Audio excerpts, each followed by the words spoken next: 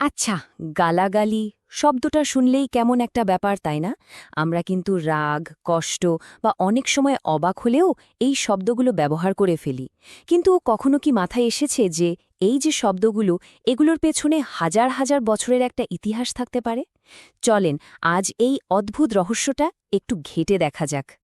তো প্রশ্নটা হলো, গালাগালি প্রথম কে আবিষ্কার করেছিল? একদম সহজ সরল একটা প্রশ্ন, তাই না? ছোট থেকে বড় আমরা সবাই হয়তো কখনো না কখনো এটা ভেবেছি। কিন্তু মজার ব্যাপার হলো, এর উত্তরটা কোনো একজন মানুষের কাছে বা একটা প্রত্যেক কোনো দিনে পাওয়া যাবে না। এর শেকড় ও অনেক গভীরে, মানব সভ্যতার একেবারে শুরুতে। তো এই উত্তরটা খুঁজে বের করতে হলে আমাদের কিন্তু একটু টাইম ট্রাভেল করতে হবে। চলে সোজা চলে যাই একদম প্রাচীন যুগে, যখন সভ্যতা সবেমাত্র গুটি গুটি পায়ে হাঁটতে শিখছে। ভাবা যায়, প্রায় ৩,০০০, না তারও বেশি সময় ধরে এই শব্দগুলো আমাদের সাথে আছে। মানে এগুলো মোটেই কোনো নতুন বা আধুনিক জিনিস না, বরং এগুলো মানুষের ভাষার ইতিহাসের একটা, কি বলবো, অবিচ্ছেদ্য অংশ। আচ্ছা, গবেষকরা কি বলছেন জানেন?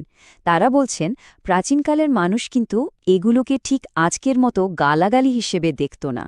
তাদের কাছে ব্যাপারটা ছিল অন্যরকম। যখন তারা খুব রেগে যেত বা হতাশ হতো, তখন মুখ থেকে হুট করে কিছু অসাবধানী বা অদ্ভুত শব্দ বেরিয়ে আসত। মানে এটা ছিল স্রেফ তাদের ভেতরের আবেগটা বের করে দেওয়ার একটা উপায়। এর মধ্যে কোনো সামাজিক লজ্জা বা ট্যাবুর ব্যাপার ছিল না। বেশ, তাহলে মনে প্রশ্ন আসতেই পারে, তাই না, যে যদি শুরুটা শুধুই আবেগ প্রকাশের জন্য হয়ে থাকে, তাহলে এই শব্দগুলো কখন আর কিভাবে আজকের এই খারাপ বা নিন্দনীয় গালাগালিতে পরিণত হলো? আচ্ছা, এর উত্তর পেতে হলে আমাদের ইতিহাসের আর একটা বাঁক ঘুরতে হবে, আর সেটা হলো মধ্যযুগ।